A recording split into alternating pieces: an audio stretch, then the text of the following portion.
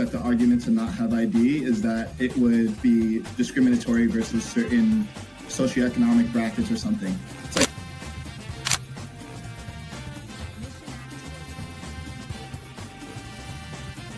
like the world's greatest trial run of what people will do and what people won't do. And we are the only country on the planet that really fought against the government. A lot of it,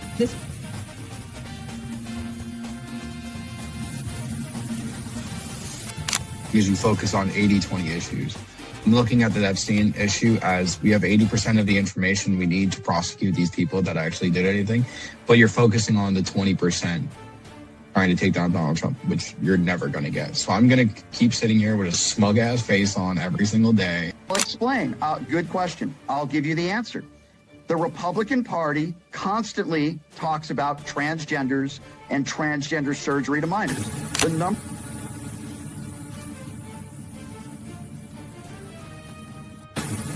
I'm mostly on the left ideologically, but I don't associate with the Democrats because they're not ideologically on the left.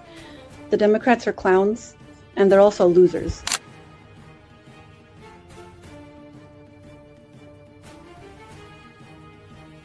About to be any engaging conversation. It's not about to be any discourse about different political ideologies, what works and what doesn't. If that is the outcome, right? For example, I'm not gonna go and just put myself in the middle of a KKK rally. Verify me, I'm not a fucking Fed. They always do this. I'll say this, right? And they did the same thing to Nick. We seen the video. They'll call people who are genuine and authentic Feds because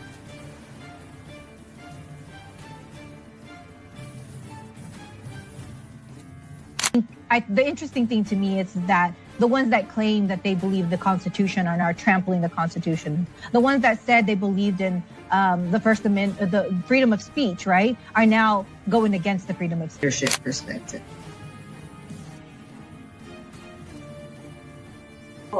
They'll have no plan. They'll never talk about nothing positive about the Democrat Party. Everything is just anti-Trump. They're not willing to have a conversation. They call us fascists. We willing to have a conversation. Charlie Kirk's willing to have a conversation. Palestinians don't exist. I didn't get your comment. Your position is that the Palestinians don't exist. So what are they?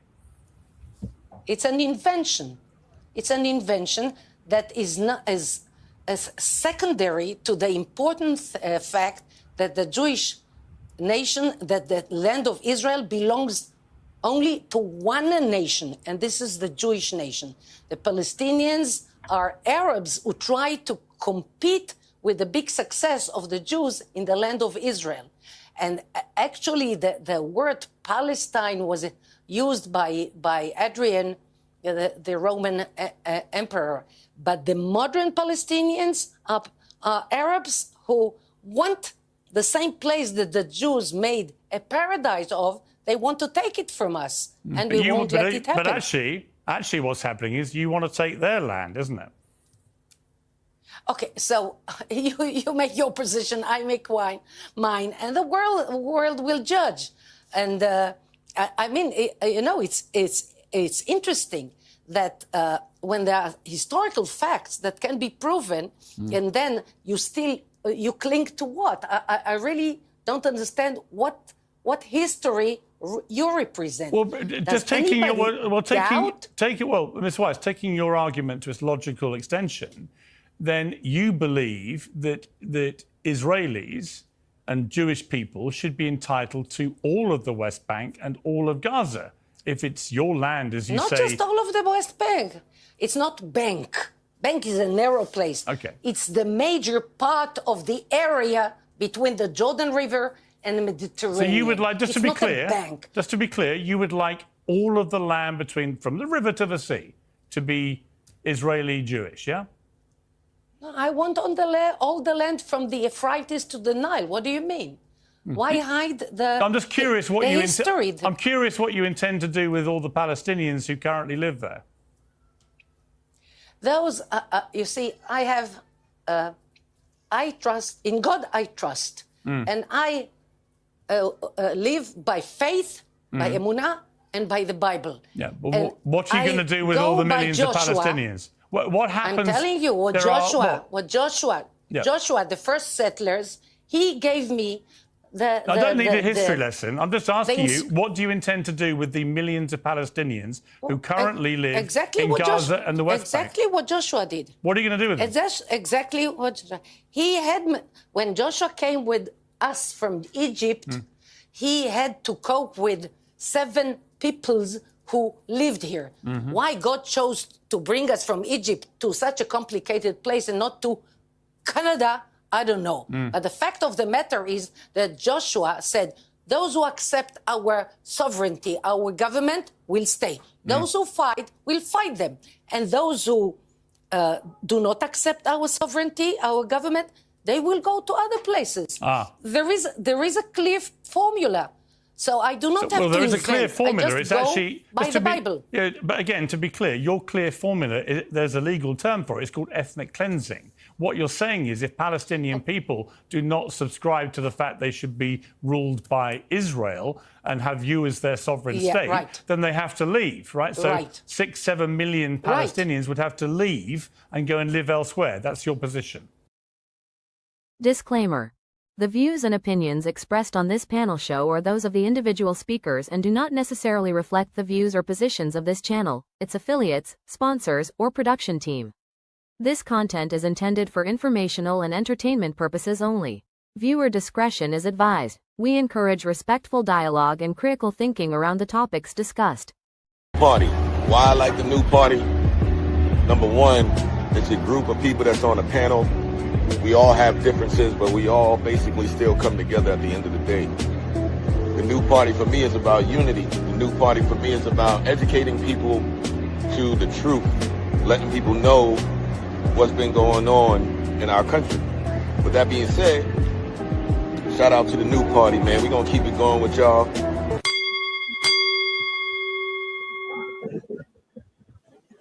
Welcome to the new party. I'm Nora Christine. I'm Gray Mars. I'm Kim. Sorry. I'm Enzo. I'm Andre Williams. And tonight on the new party, I gave you a preview for our next topic. We will be talking about the displacement of 800,000 Lebanese people, the oldest Christians in the world. So that will be coming up next, and I'll explain to you how that ties in. But if you're watching, please hit the like button. The first story we are going to talk about tonight is the counterterrorism director, Joe Kent, resigning over Iran. This is a clip from everybody's favorite person. Probably not. A lot of people probably hate this guy. Alex Jones explaining it. Joseph Kent, the director of national intelligence at the National Counterterrorism Center, resigned today. And his letter is so powerful. I'm going to read the whole thing here on air right now. And he's saying everything I've said, everything that Tucker Carlson has said. He was deployed 11 times to combat zones. He lost his wife to this system. And he's there looking at all the national intelligence that Tulsi Gabbard's seeing as well and knows it's a lie. They sent him a report 1 week before he struck 18, 19 days ago with Israel and said, this isn't true. What they're saying about Iran isn't true. This isn't in our national interest. This is a lie. And now we have Trump saying, if you don't support what I'm doing in an unending war, you're basically a Nazi. He said, Mark Levin is my spirit animal. It's a litmus test. If you don't endorse this Israel firster, then you're not MAGA. Well, guess what, Trump? You're not MAGA anymore. You're Make Israel Great Again. It's totally disgusting. Now, I still support Trump overall, controlling the border, trying to end the war with Russia, all the other good things that are happening. That said, he's better than the Democrats, but it doesn't matter. We are still going to put pressure on Trump to not continue to. Let's address the elephant in the room first. Andre, they going in on you, buddy. They calling you a track star. They saying where you was at. Where were you at on Sunday, Andre? And then I'll let you respond to him first. I was just getting back from LA. We did a wonderful interview with Mark from Soft White Underbelly. Should be out in the next few weeks. Great interview. Great time in Santa Monica. I had a lot of fun. Man, gas prices over there, holy shit. And I'll tell you this, the Hispanics have taken over LA. It's, oh my goodness, they're like locusts out there. It's unbelievable. Niggas, you better get together in South Central. I don't know what you niggas, Hispanics took it back. I don't know what niggas are doing out there. I saw a lot of whites and blacks in Santa Monica. I didn't see that many niggas out there in South Central, but that's where I was over the weekend. Had a great time, great flight. Getting back to Detroit, that cold air hit my ass. I was like, holy shit, I want to go back to the beach. I was out there at Venice Beach. Spent a lot of time in North Hollywood. It's great time. So I know we had some shekel grubbers here that were calling my name. Don't worry, we'll come back for the Sheckelsteins and Goldbergs. We don't run from Jews. We stand 10 toes down. So when the Hebes come calling back, we'll be at Temple waiting for them. Outside the synagogue, we'll be waiting. So don't worry. We'll be out there. Okay. Wow.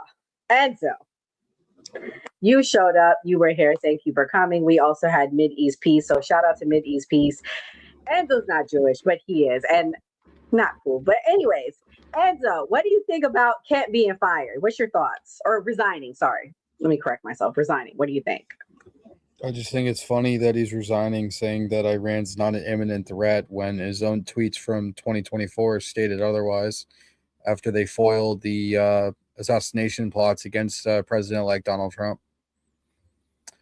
It's like, people are making back-end deals and somebody like him was not a part of national security meetings because he was a threat for leaking things. So it is what it is.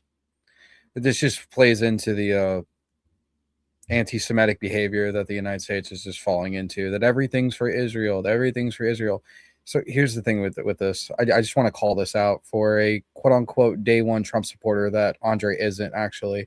No, Donald Trump's been very vocal about Iran since 1980, 2011, 2015, 2020, 2024. And yeah, that's all verifiable. I got the tweets, I got the videos, I got everything to prove that. And I just wanted to call that out, Andre, because here's the funny thing. You weren't even old enough to vote in 2016.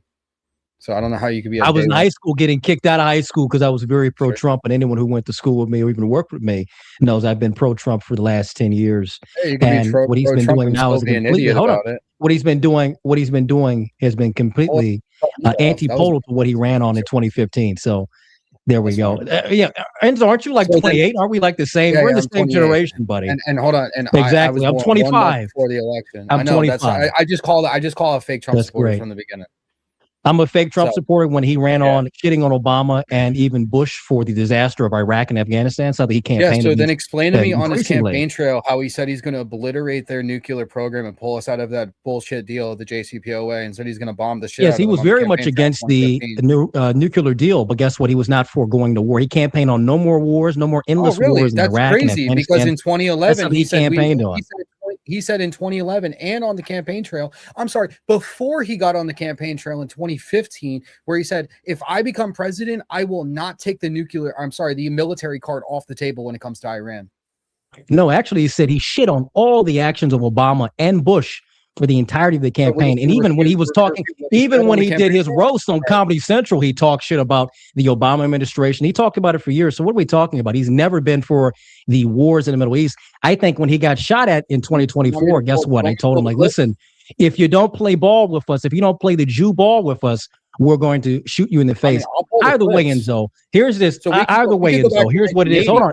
I'm not a bootlicker for Trump. I'm a bootlicker for my country. If anything, I love my country. If we're going to bootlick anything, we're going to bootlick the longevity of our nation. And going to war for Iran. Hold on. Going to war for Iran does not benefit the average American. Going to war for Iran for Israel is not going to benefit you or I. So what are we talking about? You're a bootlicker for Nick. I don't give a fuck about Nick Fuentes. You know what? I don't give a damn about Nick. Me and Nick have argued over the years. We go back. If you actually hold on, Enzo, it shows you don't know anything about me. Enzo, when I was running an organization a few years ago, we argued like hell with Groypers. Nick probably doesn't even like me. And other people, a lot of his lieutenants don't like me. Go ask Beardson. We did a debate a few years ago. So you don't know what you're talking about with me. My track record is clean when it comes to supporting certain things and certain individuals.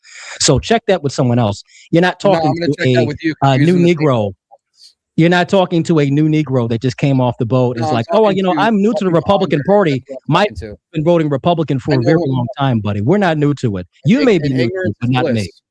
Okay, all right. We're gonna move on, guys. Guys, we're gonna move on. We got to give other people a chance to talk. Y'all said a whole lot. I mean, let's listen to what President Trump had to say about Mr. Kent. We don't need oil. My bad. That wasn't the clip. Hold on. Sorry. We're gonna play that one next. Here we go.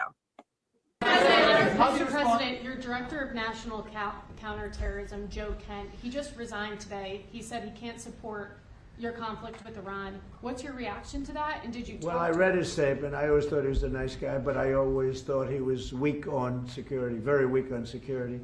I didn't know him well, but I thought he seemed like a pretty nice guy. But when I read his statement, I realized that it's a good thing that he's out, because he said that Iran was not a threat. Iran was a threat. Every country realized what a threat Iran was. The question is whether. Kimberly, you haven't been here. Welcome back. What's your thoughts on Joe Kent resigning? Is it anti-Semitic that he resigned, in your opinion?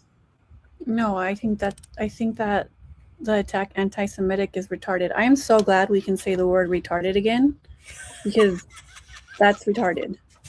And I don't care what he stood for before. I think it's heroic that he's making a stance now. I don't care if he changed his mind. He's right now. I don't mind making friends or allies or reaching across the aisle with people that I disagree with. He's right on this issue. And if Trump or whoever the heck has his balls in their purse, if they were smart, they'd just declare victory and pull out now, because it's only going to get worse.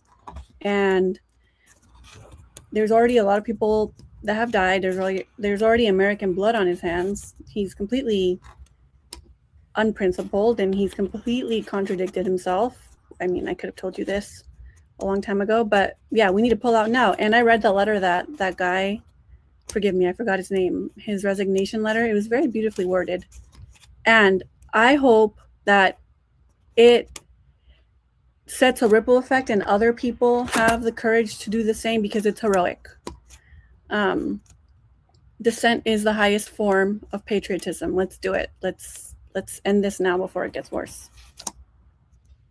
Well, this is what Trump had to say about oil, and then I'm going to get Mia in here. Oil we need for ourselves. It's one of the great assets that we have. We have more than double what anybody else in terms of oil production.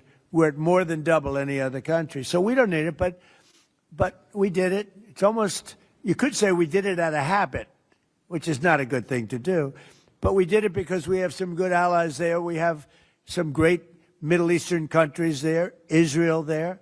So we did it for a lot of reasons. But Mia, Joe Kent is a decorated war veteran.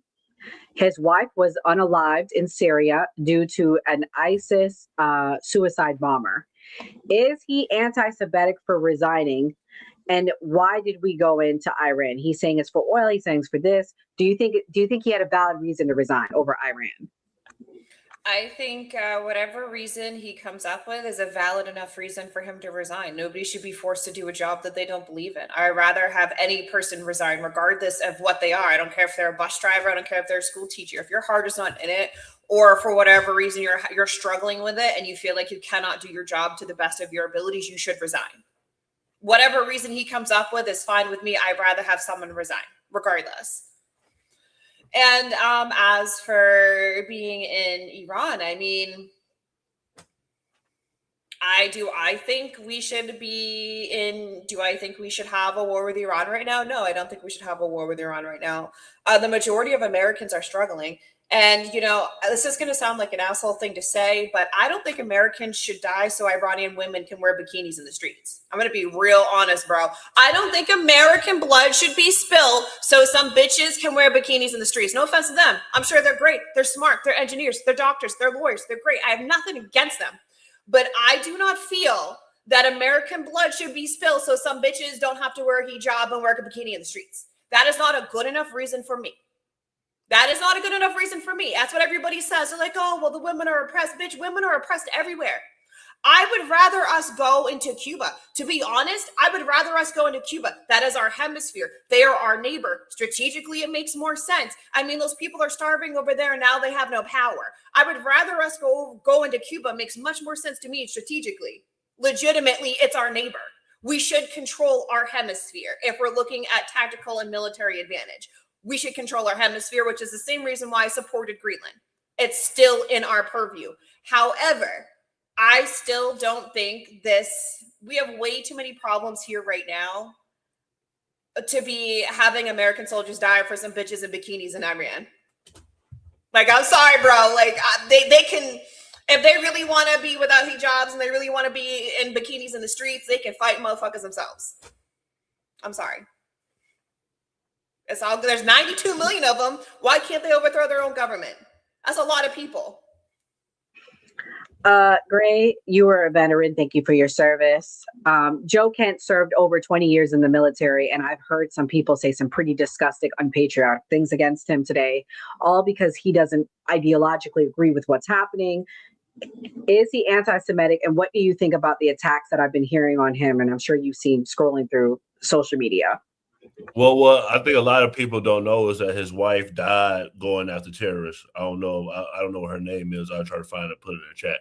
But his wife died going against terrorists. She was a veteran as well. So the fact that his own wife lost her life fighting for America, I think someone should look at him as a patriot and look at what he sacrificed. Yeah, exactly.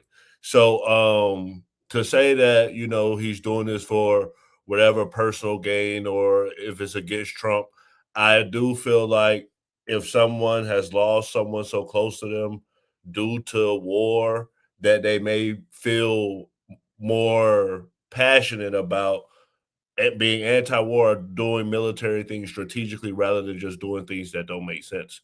So me personally, I don't want to attack his credibility or say that he's not truly a patriot or cares about his country. I mean, you guys see it in the chat. We have a super chat. Andre, I'll let you address before we go to the next topic. Iron Cowboy said, Andre, where can I get a pair of the Roadrunner 300 track shoes with all that running you do? Jesus. Andre, what's your response? You're muted there. I don't respond to homosexuals. You know, I don't respond to, you know, gay cowboys probably sitting somewhere in a fag bar right now. I really don't care what he has to say. I'm sure you've got a lot of mileage on your asshole, my buddy. Please keep that gay shit over there. Anyway, I don't know why people are saying that Joe Kent is like a coward or not a patriot. I don't like that he resigned. I think he should have stayed in office and continued to fight the good fight and push his message instead of getting out of office. I don't think that he should have resigned whatsoever.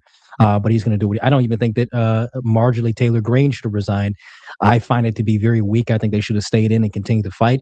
But I think they fear the primary they're going to get, the campaigning against them, which I honestly don't think they should really fear that. I think they should go down fighting instead of, you know, running and resigning. But, you know, that's on them. That's fine. And respect for them for what they're going to do. But, you know, all these bootlickers will sit back and call him and say that he's a, you know, a traitor to the country.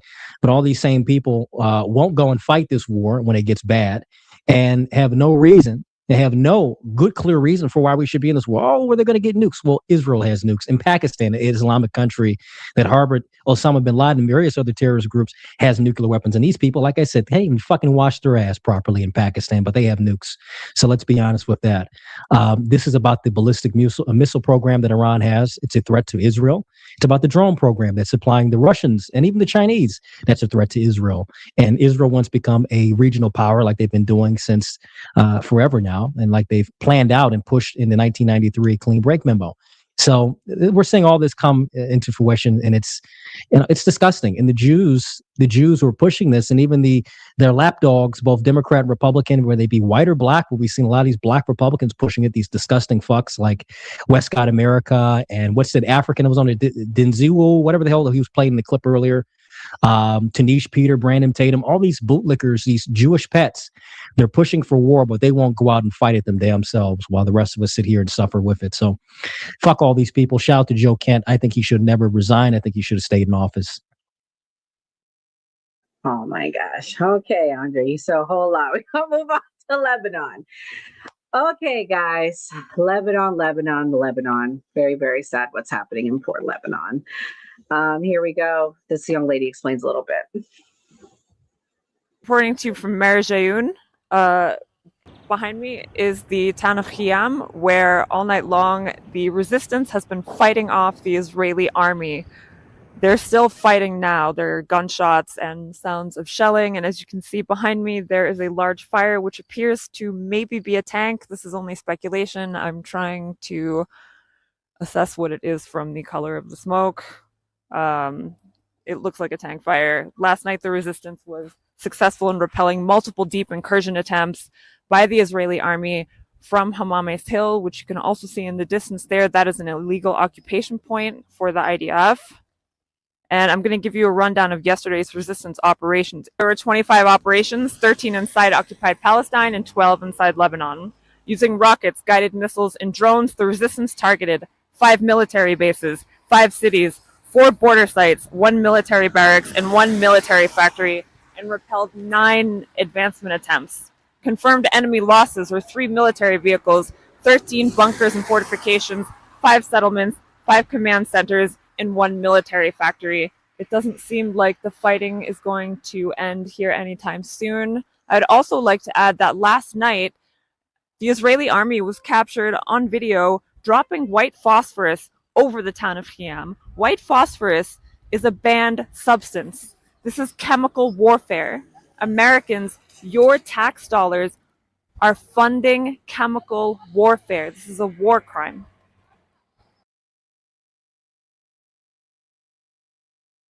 So I don't know how true this is, what she's saying.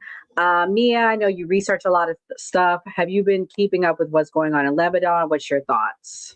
I haven't been keeping up too much for what's going on in Lebanon, only because I just got off a 48 stretch of hours at work. So this is my first day off in what feels like forever. But yeah, I mean, Israel wants what Israel wants. They want to be in control of the Middle East, and for their security purposes, they're going to go everywhere. They have their eye on Turkey. I mean, they have their eye everywhere they want to go. So, I mean, Israel's going to get what they want. And if they don't, they're going to do the Samson option, and they're going to nuke everybody and take themselves out. That's basically what's going to happen. They are going to push and push and push and push and push and push and push and push and push and push and push and push, because Israelis only think about Israelis, and they think they own the entire section. They think they're the only religious people that should survive in that entire section. They treat Christians like shit. They treat Muslims like shit. They have their own hierarchy within Israel that they treat like shit, and they actually have their own case system there. But we won't digress into that, because that will go into colorism. Because, you know, it seems to be half the people on top in Israel are of European descent. They are not actually 100% Semitic, because, you know, those people are at the bottom. But I digress to that. It's unfortunate. And, you know, our tax dollars are complicit in this. So I guess more winning. Let's keep contributing. But 14 million kids are starving in the United States. Don't forget that. That's a daily thing. Yeah, I mean, so pretty much, guys, before I play the next clip and go to the next person, there is a massive displacement going on in Lebanon. Hezbollah has launched rockets towards Israel, and this is Israel's retaliation. They've done major airstrikes back. They've sent leaflets out. They said, we need you guys to evacuate areas. And over 800,000 people have now been evacuated from their homes in about 10 days. About 1 in every 7 people in Lebanon have been evacuated. Children, families, some of the oldest Christians in the world are from Lebanon. So for everyone that doesn't care that's a Christian, you should care, because I've heard people say, well, I don't care about Muslims. Christians, the oldest Christians, are being impacted. And Andre, you laugh, but you hang out with the homeboy that was over there acting crazy. He friends with Lord Lugo. I didn't even laugh when I was laughing at the super chat. Hey, shout out to the first off, fuck that Jew, by the way. Yeah, fuck that Jew, Jake Lang, a pedophile. Fuck him, by the way, for the shit that's come out. Cannot fuck with that at all. Ben stop running with him for a minute. Cannot disavow. Weren't you just at a whatever it was with him like 3 months ago? Now it's fuck him. Yeah, I don't like pedophiles. Can I not like pedophiles? Can I like people that fuck kids? You were hanging out with him. You were hanging out with him. Was I supposed to know? Was I supposed to know he was fucking kids when I was there? Like, did you fuck kids today, Jake? Were there any kids in your bedroom, Jake? I'm not even talking. You see how Jewish he is with this? You see how Jewish Enzo gets? It's like, listen, what you just hanging out with him a week ago? This is what I mean. Okay. This is what I mean. You stand for nothing. Can I not change my opinion on someone? This is what I mean. Can I? So if I find out that someone, Enzo, if I find out that someone murdered somebody, right? And I didn't know this, and they're like, oh, guess what? He just murdered somebody. Can I distance myself from that person? Can I not be with that person anymore? Am I allowed to move myself from him? Him being a Jew. Now it's fuck him, that Jew. That's what I'm pointing out. Yeah, I told Jake that. I got text messages of that as well. I didn't like when I found out he was a Jew because he lied about that. That was one thing. What did he say when you asked him? I'm curious. When he came out and admitted to me and the other guy I was working with, Jaden Scott, shout out to my homeboy.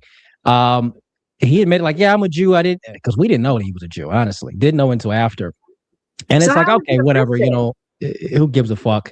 But I didn't know he was doing all this other gay shit, with the protests and everything. It's very performative. And almost got some guys killed. And I've talked to a lot of guys that went out there.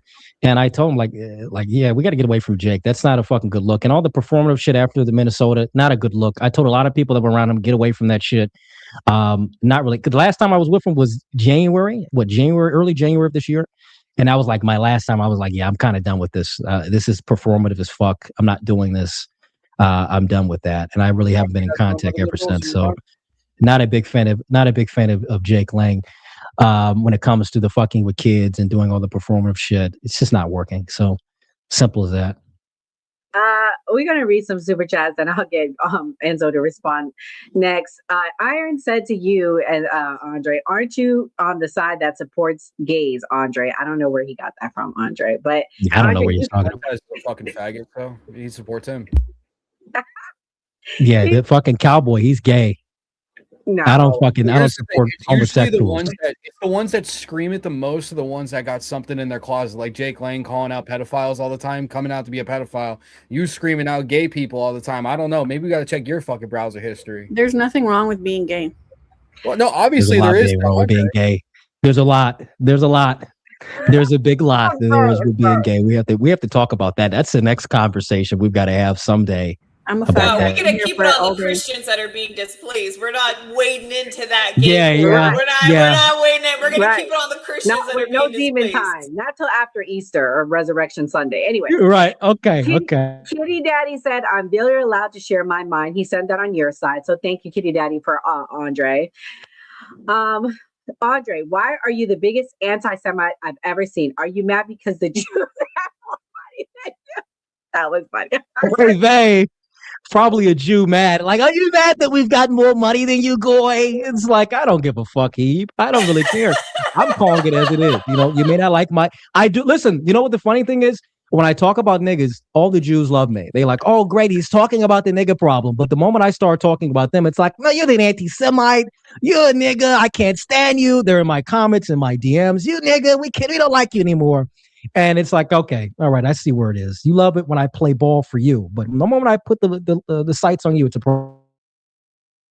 And Kitty Daddy sent another one for you, Andre. He says, is it too racist to say Iranians are Aryan? Andre, that would be a question for you and maybe Kim, because you guys were talking about race earlier. I know it's not racist at all. I don't know why you would say it's racist, but I don't think Iranians are Aryan. I don't think they're Aryan. Persians are not. Persian. No. There's a lot of history genetically that would align them. It's not even that. It's the leader that was around during the 40s was very aligned with the Nazi Party and Hitler at that time. That's what they're. That's true. That's true. All right, guys, we're gonna switch gears. Not switch gears. We'll stay on the same topic, but stick to the topic. Enzo, this clip I'll have you react to. This is about Al Qaeda and saying what they said recently. News: Al Qaeda has announced they will be joining the war in the coming days, and they're going to be helping. Guess who? Israel. They are backing Israel in this conflict. What does that tell you about Al Qaeda and who they really work for? It's something I've known.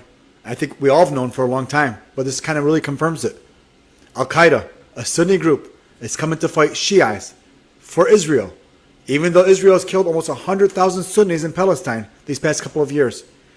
And they're coming to Lebanon to fight a militia group that helped those same Sunnis in Palestine. As expected, right? Doesn't this information make you wonder who's really behind 9/11? Anyway, back to Lebanon. Hezbollah yesterday launched a missile with pinpoint accuracy and took out a satellite station in Israel that was used for communication and espionage. At the border, the southern border, Hezbollah has so far resisted Israel trying to come into southern Lebanon. Israeli troops are still inside Lebanon in forward positions, but not advancing deep. The BBC reported today that Hezbollah missiles are reaching Tel Aviv without the sirens going off. Israel is getting hit from all kinds of directions.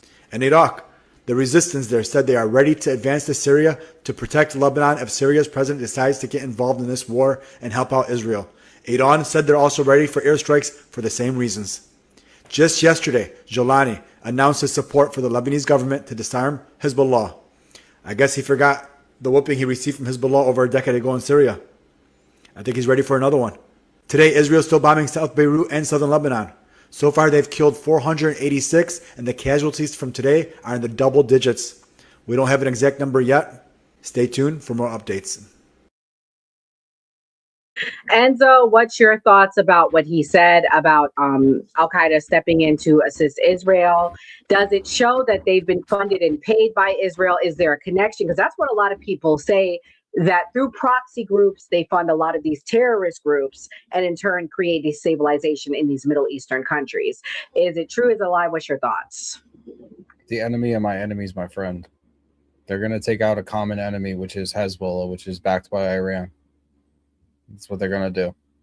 And then they're going to fight it out themselves in the end for control.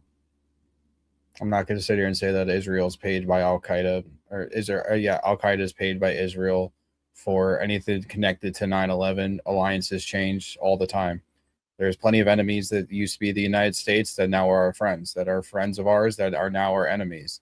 Same thing with groups that we used to fund. Shit, Iran-Contra. We used to help out the fucking Iranians back in the day. Now they hate us. Things change. Timelines change. It's been nearly 20-something years since 9/11. So I'm not going to sit here and say just because now they're helping out fight Hezbollah, that means in 2001, Israel's behind 9/11 with the secret bombs that were placed in the building and all this dumb shit that everybody just keeps throwing out of the woodworks to see what sticks when there's no verifiable proof behind any of it. Trust me, I got questions about 9/11, but none of them will lead to Israel or the Jews. The stupidest shit. Just low IQ takes for everything on that. That's all I'm going to say. I would love for somebody to bring me any type of verifiable proof on any of that. Any plausible truth. They can. Oh, man. What's so funny, Steve Urkel? Bring it Sunday, Andre. Bring it Sunday, because we doing part 2 of the debate. It's going to be Enzo and Minnie's piece versus Andre. We got some surprises coming. It's going to be a good debate. So please show up for the debate. And Andre, you can bring the facts that night, okay? Because I'm not trying to have that 1,000%. Yes, bring that. He's never brought a fact in his entire life. So, I mean, that's going to be hard for him. I like how Enzo liked me before, but now because I'm not pro-Jew. No, he's I like, never "Oh, liked you. Andrew's I bad." never. Hold on, I'm gonna be real with you. Bro, I tolerated you. I never liked you. I thought you were. There we go. So he was being fake the entire time. No, I wasn't He's being fake. fake I was from the cordial. entire I was time. cordial. Now No, that you're he was being straight fake up. the entire time. No. I was cordial. I was cordial for the podcast purposes. Okay. Other Why than didn't that, you keep the same energy when you first met me? I like people that keep the same Because I energy was when they meet me. And I did keep the same energy. I Y'all was Okay. as still real got as a it debate on was. Sunday. Y'all still If got I a were, debate. It's okay. I got no respect. I got no Okay, respect so all right. for hateful Go people. ahead. And I'm gonna let you hear it. he's going to chimp out some. Let me just stop. He's going to chimp out some. Didn't Italian do anything chimp out. to anybody. All right, Lebanon hasn't hurt anybody. The only thing you could possibly say about Lebanon is that internally they have a militia movement. It's not the Lebanese government. It's not Lebanon as a people. There is a militia inside Lebanon called Hezbollah that does not allow Israel to take over Lebanon. And that's their purpose, and that's what they do, and that's what they've always done. What is the justification? I mean, any of the justifications, I don't think they're valid, but any of the ones that are applied to Iran, they certainly don't apply to Lebanon. What Israel did to Gaza wasn't a valid response to October 7th, but at least there was October 7th. At least there was some sort of inciting incident. What is the inciting incident with Lebanon? They just exist. They just happen to live there where they have lived for 5,000 years. I mean, what is the danger they pose? What is the threat? Are they getting nuclear weapons? Do they have a ballistic missile program that we have to defend against? Did they storm into Israel and kill 1,000 people and take 100 hostages? No. So they just live next to Israel. So therefore, they should all be murdered. They should all be turned to dust. They made the bad decision of being born where Israel wants to be. So now they have to suffer the consequences from it. Here is opposition leader of Israel, Yair Lapid, talking about what they should do to innocent neighbor Lebanon. Let's watch. He says, regarding Lebanon, I'll even go a little farther than what Ram said. I think that in the end, we'll have no choice but to try to create some kind of sterile zone in southern Lebanon. Not huge, but something a little like the yellow line in Gaza. That is an area in which there are no Lebanese villages, but is completely clean territory between the last Lebanese and the first Israeli settlement. I was in Metula and Kiryat Shimona today. They can't continue to live like this. There is a limit. And yes, it would be unesthetic. Evil is what he means. It would not be pleasant to scrape off 2 or 3 Lebanese villages, but they brought this on themselves. It's their problem. They exist. So no one told them to become the guest state of a terrorist organization. Kimberly, what do you think about what you just heard? And while you're talking, I'm going to play what Gaza looks like now, because it sounds like this is all part of the rumored Greater Israel Project. And I know people like to say, well, yeah, I know people like to deny. They say you're anti-Semitic when you say that, but it is fact. The IDF wears patches with the Greater Israel Project, and it includes a part of Lebanon. So go ahead and continue. And if you see it playing on the screen, that's why. Yeah, it's not anti-Semitic. That's why I try not to delve into like the religious argument, especially with like my Jewish Zionist friends. Like any religious argument, it begins and ends with completely illogical reasons. So just based off of like logic and morals, it's wrong. It is the Greater Israel Project. You don't have to take my word for it. They literally say that themselves. Like Nora said, IDF soldiers wear the Greater Israel patches on their uniform, but all of their leaders, the Likud party and within the Israeli government, that's what they say they want. Like the lady that you played at the beginning of this show on the Piers Morgan show, that's completely unhinged, but that's how a lot of people think. And it really is sad, because some of the greatest advocates against the Greater Israel Project are my Jewish friends, like Jewish Voices for Peace, If Not Now, Org, Glenn Greenwald, Dave Smith. I mean, I could go on, Gabor Mate. There's so many. Medea Benjamin. So for me, it's just the argument is lost when you try to go at it with the religious point of view. You're not really going to get people at the religious point of view, and you're not going to really get people who are like super partisan, culty, like super just Trump is right no matter what. That's illogical. It's unprincipled. And what they're doing in Lebanon, they've been planning to do to Lebanon for a long time, and it's very sad. I actually have Lebanese friends. One of my Lebanese friends lives in Hawaii. My family's from Hawaii. And she's been trying to get her grandparents over here for a long time. And she can't. And they're not safe. And it's really sad. I have Jordanian friends who can't sponsor their family for visas to come over here. It's just really sad. They're forcing these people into these predicaments, and then also not allowing them to leave. So it's literally just in order to get the Greater Israel Project accomplished, you have to kill people. That's why it's wrong. Killing people is wrong, full stop. So you can try to make sense of it with, well, it's a threat and this and that. There's no greater threat than the United States empire. We are the biggest exporters of terrorism in the fucking world. So economic sanctions alone killed 38 million people since 1970. I've said that ad nauseum, and I'm going to keep saying it. That's not even force. right, of hand. That's not right, make right. We kill people with bombs too. So I think it's just wrong. And I think what they use the religious argument for, again, I'm not one to punch down at voters, but it's to get the people to fall in line, to get them to agree with the ruling elite, because there's layers. But the ruling elite have, and they always will have, control, and that's what they want. They want control, they want power, they want this land because it just makes them richer. And these are also the people who own trillion-dollar bunkers and underground cities. So they're going to be just fine. We're not. Gray, what's your thoughts on what's going on? Is this Gaza 2.0, or do you think it's just retaliation for what Hezbollah did as somebody that served in Iraq? Well, I mean, I feel like Iraq was kind of different. It was basically we were going after Al Qaeda, that was a terrorist organization, and it wasn't like we were meeting up with people. And I feel like this is different with Iran, where it's an actual army and, you know, they're fighting against each other so they can know each other's location. So it's much more complex than when I was deployed. So what I'm looking at is a humanitarian crisis from what you're saying, because you're saying these people got displaced and that they're homeless. So that's what I'm looking at as far as what war is causing and people having to move. And the same thing with Gaza, like over a span of time, we kept hearing them say, oh, we're going to move them from the West Bank. And then they kept taking land slowly and slowly and slowly. So it's more of a humanitarian crisis, if you're asking me.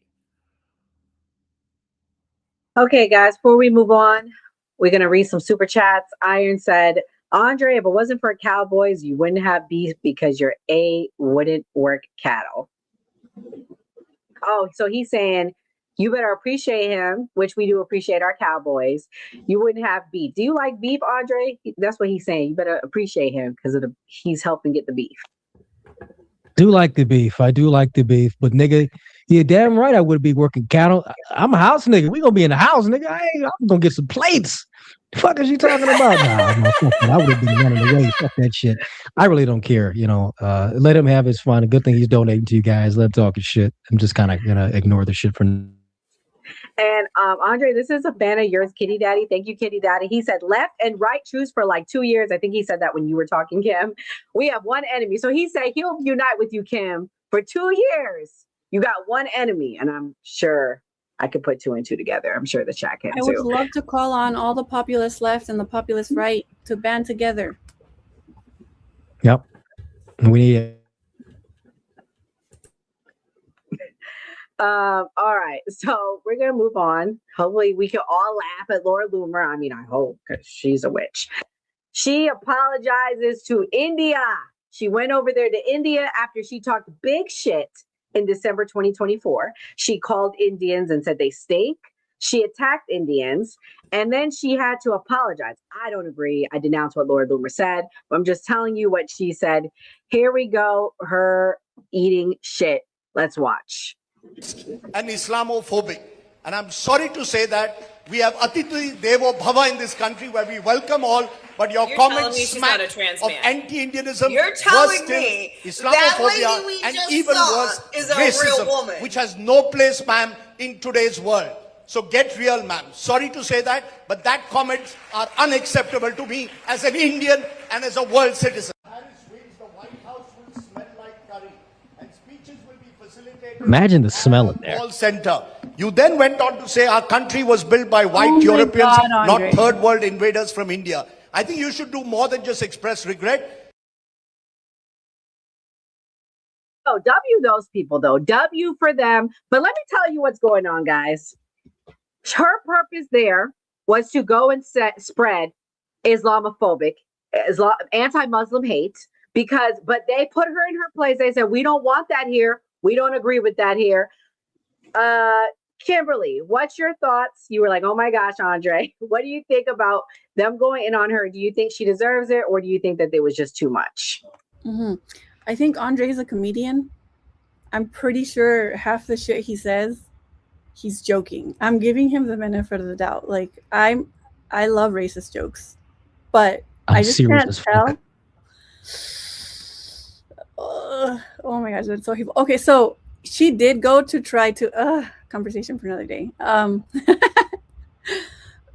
She did go to try to spread Islamophobia because apparently there's like a faction in India that are nationalists that are also similar to like the nationalist Israelis want to like band together a certain group of people in India. Because they're also, you know, they also have their political ideologies and beliefs. They're not a monolith. She has said some crazy shit. So she deserved that ass beating. She really did. She has said some, like, I think even when Kamala was running, she said something about, I can't imagine what, if we vote Kamala in, the White House will smell like curry or something like that.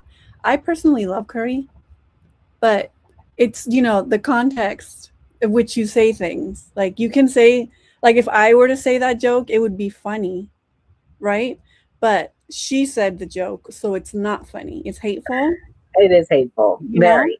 Yeah, because she's a hateful 101. person. She says a lot of hateful things. But this is what she had to say about America First, and I'm going to get Enzo in here. American dream only white. No, the American dream isn't only white, but the United States of America is a majority white Christian country. And I say this as a Jewish woman. And we are rapidly watching demographics become our destiny. Your demographics are your destiny at the end of the day. And just like people in India want to maintain their heritage and their culture, you certainly don't want to be conquered. You don't want to be taken over. You don't want to be replaced. People in America also don't want our culture and our history and our nation to be conquered and replaced. And I think that it's important for people of all cultures and all backgrounds, wherever you're from, you should be advocating for your interests. I didn't hear that one. You advocate for India first. I'm an American. I advocate for America first. And I believe that America should remain a majority white Christian country. So, you know, I host a show called India First. You believe in America first. Do you see a common meeting ground, you know, your conversations with President Trump regarding Prime Minister Narendra Modi? You just, you know, read out a portion of your conversation with President Trump. Shall the twain meet? So, for example, you're sitting exactly where Ambassador Sergio Gore was sitting yesterday, and he spoke of how India and America are working close on a critical minerals deal or a trade deal. But some of the comments that come from America are so harsh that they're very unpalatable. Right. So, where is that common meeting ground?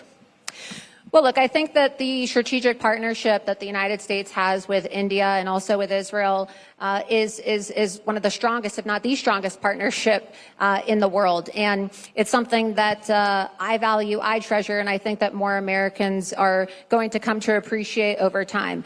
But look, a lot of animosity is felt by the American people as it pertains to the H-1B visa program. When President Trump first campaigned for office, when he was running for president in 2015 and 2016, he said that we need to end the H-1B visa program and the abuses with the H-1B visa program. He's on video saying this. And when you have American students, education here in India is free. Okay, in the United States of America, you have to pay $60,000, $70,000 to $80,000 a year just to get a degree in the United States, depending on where you go to school.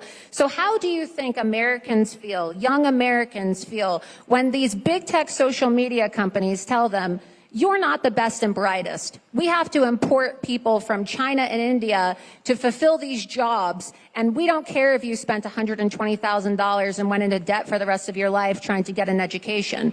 I think that you would see a lot of that resentment and some of those negative, harsh comments decrease if we could have a respectful conversation about American immigration policy and also labor laws and ways that we can work together, the United States of America and India, in combating the exploitation of the H-1B visa program. Because we need to give jobs to Americans as well. We can't allow, especially in the age of the AI revolution, where, you know, we're going to see massive unemployment as a result of AI being ushered in. So I think it's important because AI is also an enabler, but you know, that's another debate. As far as H-1B visas are concerned, one, highly skilled labor or those jobs that cannot be fulfilled by the Americans, those are jobs that are coming in, and that benefits American companies too.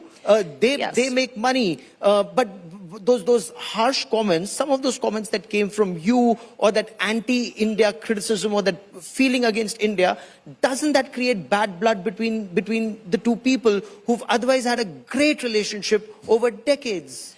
I think what creates bad blood is a sense of entitlement, and a sense of entitlement and disrespect towards American students and American people who have worked very hard and are now suffering unemployment. They're suffering unemployment, and they're being told by executives of companies that they've aspired to work for their entire lives that they are not the best and brightest. And that's the terminology that is used. The best and brightest needs to be imported. And we have intelligent people, we have smart people, we have talented people in the United States of America who can also take those jobs. And I truly believe that if we're able to have a cordial debate and have understanding from the government of India and the people of India that, you know, the American people just want to have employment.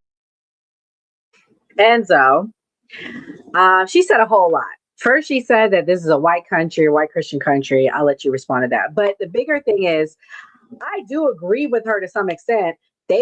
These people go to college. I graduated from the University of Central Florida. I'll never forget it. People graduating 5-6 year engineering degrees, standing in the longest line in the room at the job fair was these engineer firms. And there was only 3 of them that came. And I felt my heart broke for them because they couldn't find jobs, and they ended up working at Starbucks, some of them, because that's the only work that they could have. As somebody that's part of the cusp of Gen Z, young millennial, what do you think about what she said? Do you know anyone that's job has been replaced by, job outsourcing, or do you think she's just being racist? I don't know anybody being their jobs being outsourced by people in other countries. More or less people getting jobs replaced by AI. That's the biggest issue. I like the step forward that Trump took at the beginning of his second term when the H-1B visas, upping the fees for H-1B visas from, I think it was $2,500 per visa to $100,000 per visa now. And when I started looking everything up, the average person that would come in on an H-1B visa would be getting paid less than $100,000 for that job. It doesn't make logistical sense for companies to keep importing people to be paying them less than what it would cost them to pay for that visa for them to get into that job. So, I mean, in the long run, we will see what it does. If it brings in more people because of the cost or brings in less people because of the cost, the jury's still out on that. When she talks about a white majority country, I mean, sure, if you want to go back to that, then start conserving values from the United States that we wrote laws to get rid of, if that's the case. The United States is a melting pot. I'm all for anybody and everybody coming to this country as long as you come here the legal way. That's it. That's the only thing that matters when you come to America. Just come here legally and nobody gives a fuck. Leave it at that. Gray, what do you think about what she said? Is America a white country? And do you think that H-1B visas were eliminating American workers? Yeah, it's a white country. This is their country. So you gotta be careful. You gotta be on eggshells with what you're doing in their country. So what I would say is that racism isn't gonna disappear. It's gonna be a big thing. So nationalism, populism are big things. Where with the MAGA movement, you've seen people saying like, we want, our people. Even if everyone's saying it, I'm not saying everyone is saying it, but even though everyone's saying it, doesn't necessarily mean, hey, we want America white. It comes off that way. So that's my thoughts on it. Gray said he don't want to. He said he don't want to white. He wants Indians to come here and replace people's jobs, honey. Here we go. Decrease in some of those harsh comments online. Laura, can we address the elephant in the room? First up, would you want some water or are you carrying your own? Oh, I think I'm fine. Yeah. You're good? Okay, Yeah. great. So there have been certain tweets, Laura, because you're in India right now. And you know what you've done, and let me say this, it's a feat.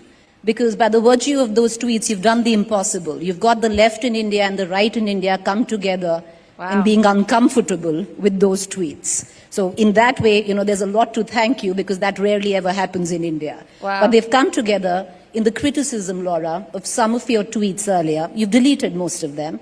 On what you perceive is your image of India and Indians. Do you regret it? Because you deleted them. So that's why I ask you. Well, Twitter deleted some of them. I had no choice but to delete some of them because Twitter actually locked my account, believe it or not. In the aftermath of that, they actually, restricted my account in December. This is what I'll say. I'm not going to apologize for my comments about the H-1B visa program because my job is to speak for Americans and to stand up for American interests. And our immigration laws have been exploited and abused, and our labor laws have also been exploited and abused. And I'm going to continue being an advocate and a fighter for American workers who are struggling to find employment because they're told they're not the best and the brightest in a field, right, in Silicon Valley in tech that is dominated by over 70% imported foreign labor, mostly from China and India. What I will say is that I shouldn't have said some of the things that I said in the other tweets, not about H-1B, and I apologize if my remarks offended people. And I'm here in India this week, and I'm spending several days in India where I'm going to be, traveling the country. I'm very excited to be here. Everybody's been, very friendly. I'm very happy to be able to experience India myself. But I will say I don't have hatred in my heart for India or Hindu people. I'm an advocate for Hindus. I speak out against the brutality of Islam that has persecuted millions of Hindus around the world. And I don't come from a place of hatred. My comments come from a place of love for my people and my country. Where do you see India-US relations go from this place? And personally, I believe you have some good news to share even on the personal front. I believe you plan to travel to different parts of the country now. Yeah, I actually brought my fiance with me. I just recently got engaged, so I'm getting married, and I thought, wow, it'd be really great to do my engagement photos at the Taj Mahal. So I'm going to do some photos at the Taj Mahal for my engagement. It'll be exciting. Well, congratulations, Laura, on that, on your Thank engagement. you. And because I am a journalist, so allow me to paraphrase. So you correctly, with what you said, and correct me if I'm wrong, that you are, where your stand on H-1B visas are, and you don't apologize, you're right, but for certain tweets which hurt the sentiment of the Indian community, you wish you hadn't said those. Yes, I don't apologize for my tweets about H-1B because I do believe that it was very disrespectful the way that these big tech social media executives who have predominantly always been Democrat, then they wrote these big checks to President Trump and his administration thinking that they were going to be able to buy influence and come into the Republican Party and the MAGA movement, and that we were going to forget their support for open borders policies and their support for importing labor and their disrespect of the MAGA conservative base. I'm not apologizing for that, but the other comments, yes, I should not have said them, and I hope that people will be able to judge me by the advocate that I've always shown myself to be for they Hindu will, people. because India is a really warm country. Yes. And they're going to embrace you. You're going to Taj Mahal. You're going to have Yes. a fabulous time. They're going to love you and your fiance because that's what we do. We have a lot of love. Yes, to and forgive as well. I've seen that. I've felt a lot of love here in India, and I look forward. I hope to be able to come back to India in the future. I gotta say, I've always felt nothing but love from Indians. We have a lot of Indians here in Central Florida. But anyways, side note, Mia, what's your thoughts on everything you heard? Would you have stood 10 toes down, or would you have said, no, I'm so sorry? Do you think she means it? Do you think she was scared? What do you think? I think she's a bitch. I think she's a bitch. She didn't even apologize. She did like the word. She didn't even apologize. She says, I'm sorry that you were offended. That's not an apology. I recognize that what I said was offensive to you. I'm not sorry for that. I recognize I offended you. I mean, what? She's crazy, dude. She's crazy. And honestly, I hope she has a terrible time. I hope they treat her like shit because she doesn't deserve it, dude. I agree with her with the H-1B visas for sure, hands down. Totally understand where she's coming from, and I understand her apathy in that for sure, hands down. No problem with that. But I hope that they treat her how she would treat them if nobody was looking. Because that is the test. That is the litmus test of the morality. And we all know the kind of person that she is. She said it 10 toes down with her chest on that stage. So, I mean, I hope she has a terrible time. I hope she drinks the water. I hope she has diarrhea for days. And I hope her fiance gets sick too, because that would be the karma that she gets for her being such a terrible person, for disparaging a group of people from a civilization far more ancient than her bloodline will ever know. I mean, Indians are super nice, super warm, super hardworking. I work with a ton of them in the medical field, and I have nothing but good things to say. It hurts me when people talk crap about Indians because they are nice. They are super warm. They're fantastic workers. They work hard. And to be honest, I mean, it's crazy to me that she'd be on some crazy shit like that. So I hope she has a bad time. Oh my God. Okay. Andre, let's hear it. You've been very quiet. Let's go. Should she have apologized or should she have stood 10 toes down? I'm gonna have to give a rare Jewish W for Laura Loomer. I mean, I really fucking despise Laura Loomer. She tries to blend in the America First nationalist talking where she's been around for years on the side of the far right. They've always considered her far right when, you know, she's really not. But I do agree. America is a white country. I mean, it is historically, it is culturally. However, it is a black and white nation. And it should maintain that identity and existence. Black and white Americans have made this country into what it is. We have prospered together. There is of course, not a wonderful history, but our unity together. When we work together, we can go to the stars, and we've done that in many cases. So that's where my focus is. I'm not going to cry about the past events or anything. I'm looking forward to what white and black Americans can do together in order to go beyond our current standing. So this whole America's a melting pot is a Jewish lie that was told by many politicians in the 1960s, 1965, Hart-Celler Immigration Act, 1965, and so on. Great Society. This is what killed America. America's not a melting pot. We don't need diversity. Are you fucking retarded, or are you retarded? We don't need diversity. A I know the Italians are going to get mad at that. point? I know that the Italians are going to get really mad. I know the Italians are going to get very mad, but he won't sit back. He's going to chimp out now. He's going to chimp out now, but he doesn't understand anything about history, about the sacrifice that many Americans have made into this country. We cannot continue as a nation. Let's talk about my Irish side. We cannot continue as a civilizational state. Well, that's Irish side. Okay, we can talk about the potatoes and the spaghetti. We can talk about it together. Do you eat that separately, or do you segregate that as well? Anyway. When we're looking at America and where we need to go as a civilizational power, all this diversity when it comes to how many states we have in this country, I don't think we should have 50 states. I think it's too much diversity in terms of the states. I think it is only for black and white Americans. I wish Native Americans and the historical Hispanic population has always been within the. Okay, here it goes. I don't give a fuck. The SpaghettiOs. I don't care. SpaghettiOs are cold. SpaghettiOs. Can we get Campbell's in here? Campbell's. One of your guys is shipping out. Can we get a menu? Oh my goodness. Okay, there we go. The salad's getting cold anyway. Here we go. Here we go. Okay. Mussolini's done shipping out. Maybe Mussolini will help out on the Eastern Front. I guess he won't. I just want to get back to saying my point. Okay. Here we go. Kimberly, you are the dumbest fucking person ever. Holy fuck. Here we go. He's chipping out so much. The fucking liberals I talked to were dumb. Why are you chipping out? The Jew dick sucker is chipping out. It's sad to see Italians fall this low. I'm telling you that. Hold on, that's all you have is insults. It's so sad to see Italians falling this low.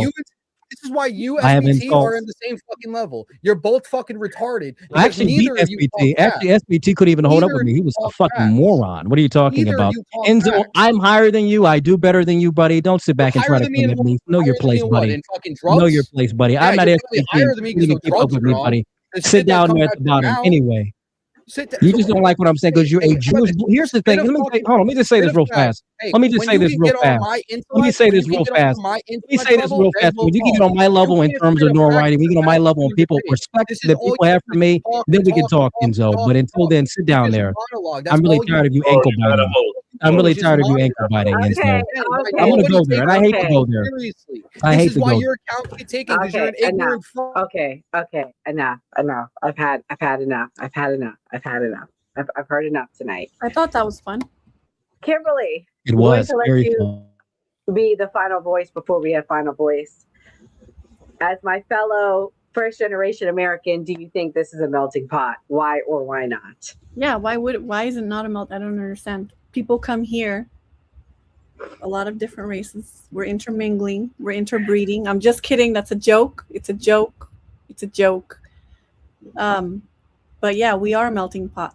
Immigrants make America great. I love immigrants. I'm an immigrant.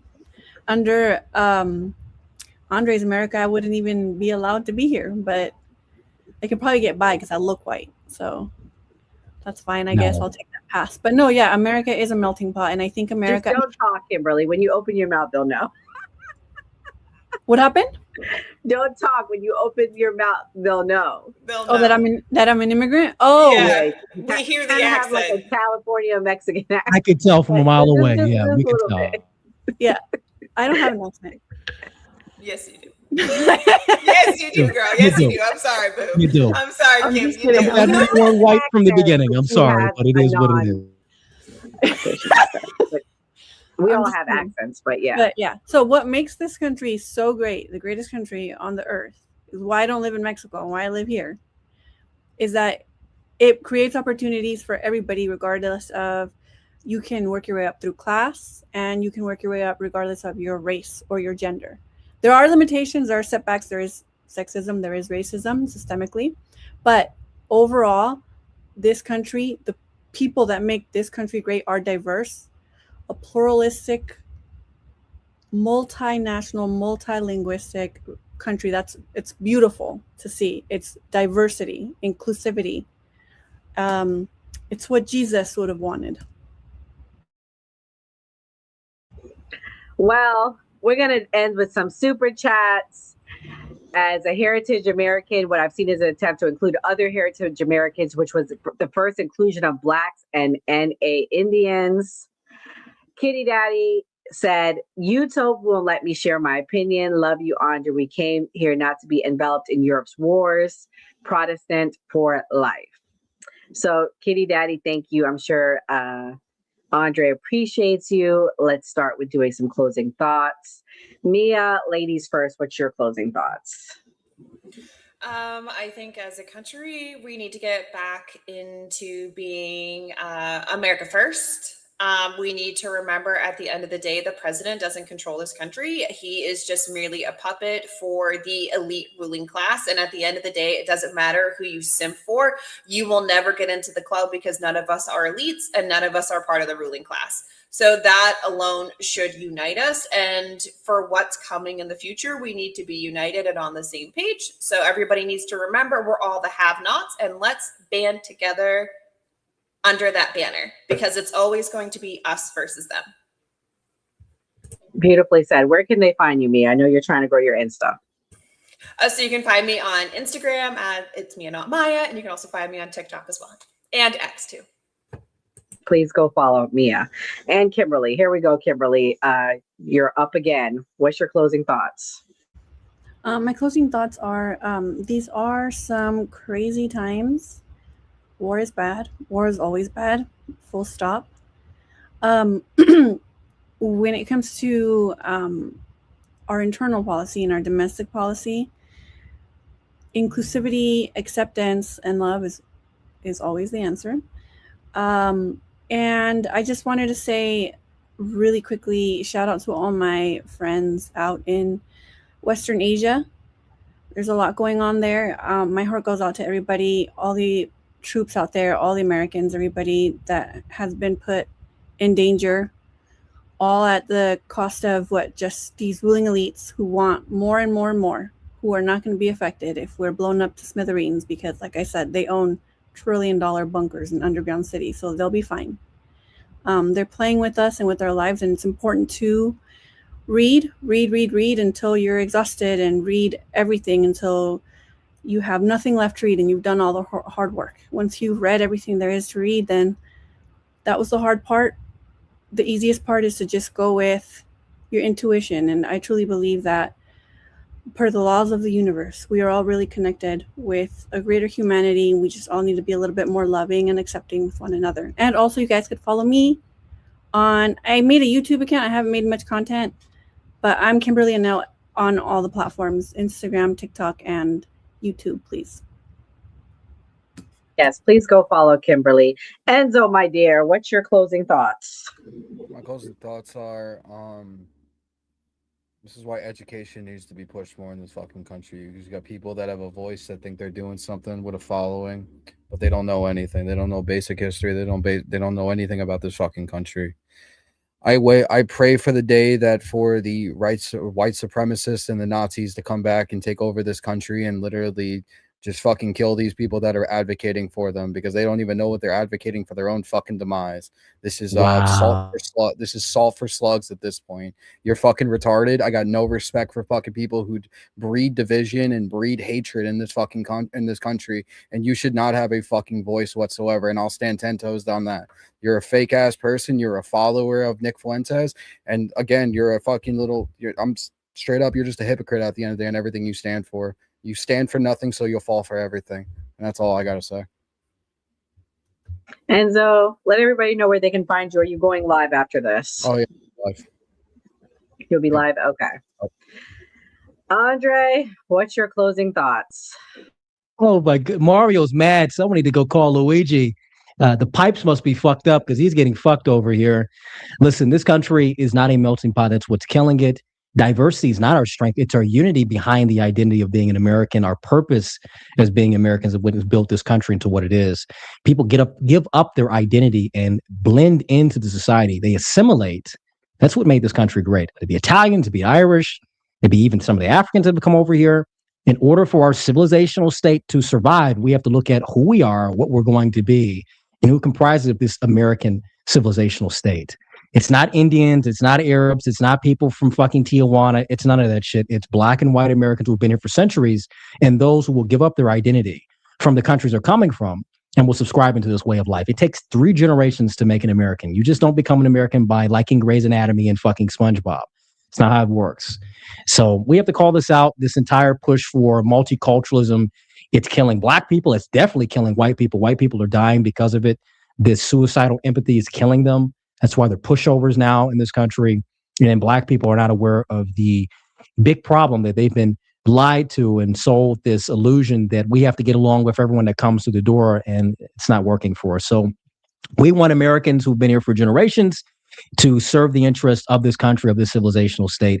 And Italians can be mad, the Irish can be mad, whatever spaghetti-o potato he wants to eat in the morning, he can be mad. I really don't give a damn. We're still going very far. And like I said, these people love me when I talk about black people. But the moment I tell them I'm not your typical black conservative, I'm not your typical black Republican, I am America first. And I've been doing that long before anyone else came along. I grew up in a household that instilled these values. I grew up with generations of black Americans who've served this country, who've instilled these values. They don't know what to do with me. So they'll sit back and say I'm a follower of someone. Nobody in my blood has ever followed anyone. I come from a family of leaders. We've served in many generations of service members. My grandfather, 44 years in the Navy, laid 800 people in Desert Storm, served very hard and very honestly. So you want to sit back and call me a follower, check the record. I served and I continue to lead other people, and people continue to respect me for what I say. So I really don't have to explain anything to Mario over there. He can call Luigi and they can figure something out with the plumbing company. But other than that, that's all I've got to say. Thank you, Andre. Andre, where can they find you? I know you've lost a few of your socials. I know, right? You know, when you're controversial, you say things that are not, you know, not acceptable for the social media platforms, especially when you start talking to certain people with noses, they ban you. You can find me at Andre Williams USA 1. That's the new Instagram that we're using. We still have the old one. And also find me on Twitter at Andre Williams US. There you go. Thank you, Andre. Ray, what's your closing thoughts? Last Thursday we had 3 all women on here and me talking about politics. And one of the people we had on here is Ratchet Christian, who was displaced by war. Nora, what country is she from? Sierra Leone. Sierra Leone. So we had someone on this podcast displaced by war. We're talking about people being displaced by war. So literally when you have war, people are displaced and have to go to other countries. If we're upset about people coming into America, most of the people come here are displaced because of economic reasons and because of war. So we don't want people here, then we probably shouldn't be creating war. Like we always say on a new party, always vote. We have a super chat. Somebody said to serve means you're following your orders. What are you talking about, Andre? Do you want to respond? Fuck is he talking about? What is he talking about? Like, what does that pertain to anything that we've said? That's a fuck. What is he even talking about? Like, in regards to what? You're going to follow orders. That's something you take an oath for. Great. You can speak to this as well. You swear an oath and you have people appointed above you, and you're going to follow it to the letter. But you can have your opinions of it. The thing is that, just don't display that opinion when you're in uniform and, you've taken an oath and, you're subscribed to a contract. That is what it is. But I really don't know what the fuck he's talking about at all. I don't know where that came from. Thank you for the super chat. And shout out to our new party team, Kimberly, Andre, Enzo, Mia, Gray. Shout out to everybody. It was a good discussion. And I know it's hard to listen to, guys. I know Andre is a straight shooter. He gives it to you very, very straight. But these conversations are very important. I don't believe in censorship. I don't believe in telling Andre how to speak, as long as he's not using any type of racist terms for us to use our page. He's going to speak and say what he feels because his voice is important. Kimberly's voice is important. Gray's voice is important. Enzo's voice is important. Mia's voice is important. No one's voice is more important than others, in my opinion, as long as we're all Americans and we're all here trying to fight for a better America. But as Christians, we cannot continue to look away, guys, from the suffering of innocent people in Lebanon. Right now, hundreds of thousands of families have been displaced. Among them include the oldest Christian communities of the world. And scripture reminds us, Hebrews 13:3, to remember those in prison as if you were together with them, and those who are mistreated as if you yourselves were suffering. I think we need to remember that, guys. People are suffering around the world. I know it sounds base to say, yeah, let's nuke them all, let's destroy them. But these are people, there are children there. So we need to keep that in the back of our heads when we're cheering for war, especially when we're cheering for war in the Middle East, because there are Christians being affected by this war, not just Muslims. I know there's a lot of people that don't like Muslims for whatever reason. That's your business. But we need to be praying for peace in this country, praying for peace in the world. And we also need to allow people to have their ideals be honored and supported. Joe Kent is an American hero. I would rather he step away than he cause harm to the government. He did the right thing by stepping away. He didn't compromise his beliefs. In a political world where many bend to pressure, it takes courage to stand firm and stand up and say, hey, I don't want no parts in this. So shout out to him. I pray more people stand up in their ideals and convictions. So let's remember two things, guys: compassion and conviction. Compassion for those suffering around the world, and conviction to stand for those who fight in what they believe in. Pray for Lebanon, pray for peace, pray for America. God bless and stay safe, everyone. Before we wrap, I want to take a quick moment to talk about how you can support the New Party. We are an independent media platform. No corporate backers, no political handlers, just a collection of voices representing all American viewpoints, especially the stories they don't want you talking about. I'm disgusted with our government, and it doesn't matter which party you're talking about. I'm disgusted. We are watching an active genocide. I don't know how else to put it. There are thousands of people getting killed every day. This is the first time in history that an American cardinal has ever been elevated to pope. It is legitimately make America great again. Yeah. Like, they're fighting for illegal immigrants, not immigrants. Illegal. Like, and they burning the flag and shit. Like I always say, it was a great episode. I'm happy with the wins that Donald Trump's. Like you heard Nora Skeptic say, we're going to keep bringing like different types of content and things that we know people want to see. And like we always say on the New Party, always vote. If you believe Americans can still have civil discourse, even in these polarizing times, we need your help to stay independent and keep growing. You can support us by donating to our GoFundMe page, becoming a channel member, sending a super chat, or grabbing merch from the New Party store. Every donation goes directly toward growing the channel promotion and our upcoming documentary. And as a thank you, donors will receive an exclusive copy of the documentary 1 week before it premieres. Who is the New Party? We're you, your voice, your stories, your America. We can only do this together. So if you're able, please donate and help us get the message out.